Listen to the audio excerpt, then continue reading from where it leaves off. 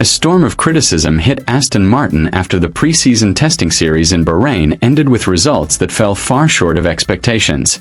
The times displayed on the timing tower screens showed a significant gap to the front row.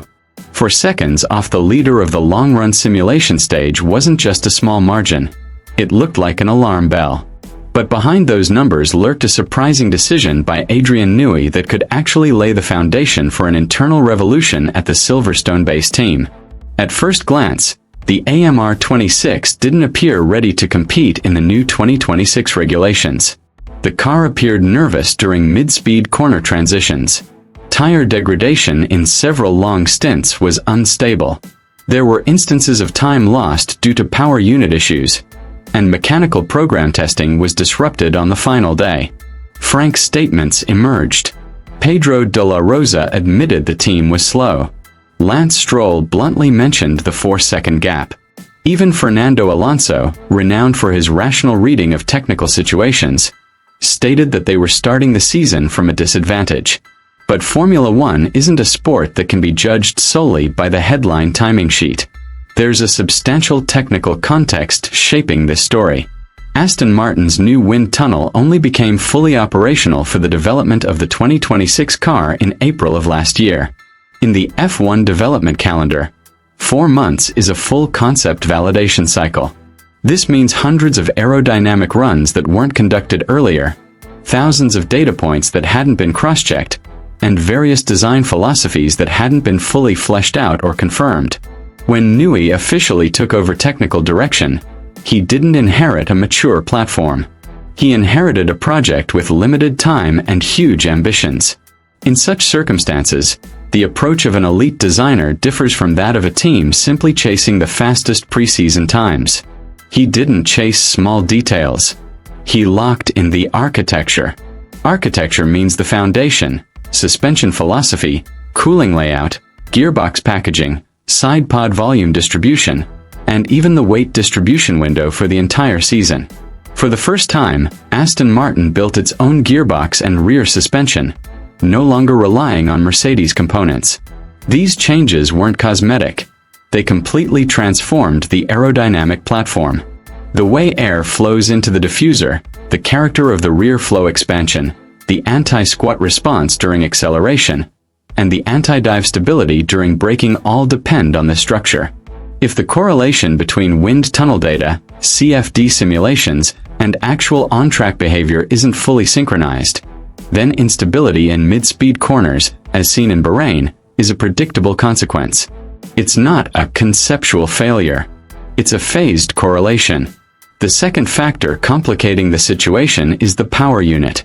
2026 marks Aston Martin's full partnership with Honda under new regulations that increase the proportion of electric power in total power output. This isn't a continuation project like previous eras at other teams. It's a complete rebuild. Energy management is now key. The mapping between the internal combustion engine and the electric powertrain must be precise. A small error in energy release strategy can mean losing tens of seconds every day. In that context, large preseason differences certainly don't reflect true performance. It could be that the team is running conservatively, protecting the cooling system, or exploring different window applications. Testing isn't a race.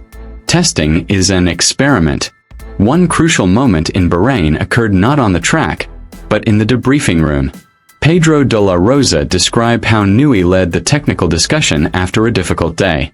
There were no worries. No one was preoccupied with the development direction. The entire department was moving along a single philosophy. For a team that has often lost momentum in recent seasons due to uncorrelated improvements, this is a structural change. History shows a consistent pattern.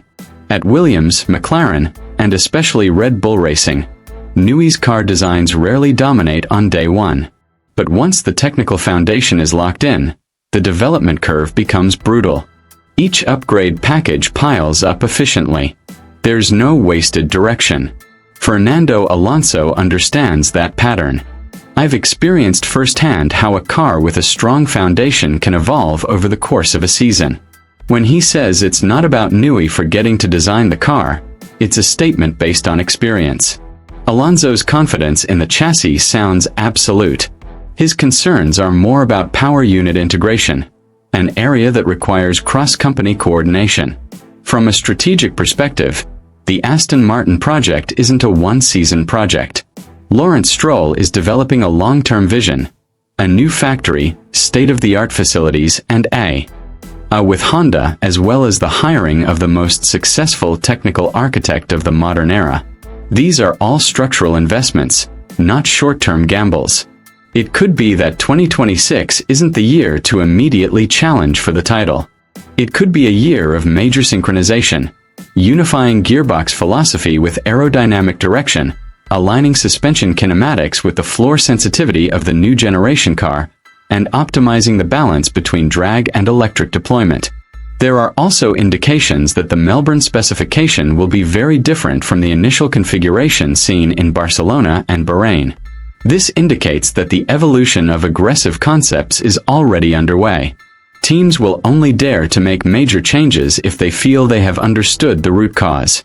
So the big question is no longer whether Aston Martin was slow in Bahrain. That's clear from the numbers. The real question is, are we witnessing a team that has fallen short of expectations, or one undergoing a painful calibration phase before taking off? In a sport as complex as Formula One, dominance isn't born from preseason headlines. It's born from the right data correlation, aligned philosophy, and decisive technical leadership. If Newey's surprising decision to prioritize architecture over immediate performance holds true, then the current midfield position may be a temporary illusion. And when that foundation is fully locked in, the balance of power in the paddock could shift more rapidly than many imagine. The 2026 season has only just begun. But Aston Martin's big story may not be about 4 seconds lost, but about the foundations being quietly laid for the future.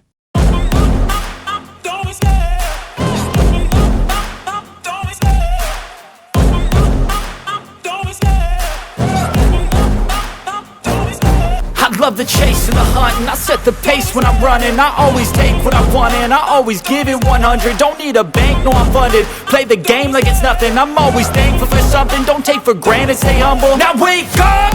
It's time to look at the enemy. Look in the mirror if he is no friend to me. It's not working out, maybe it's the chemistry. It's time to break up so I can make a better me. Better believe in your mind, cause it's everything. You can mold, shape, vibe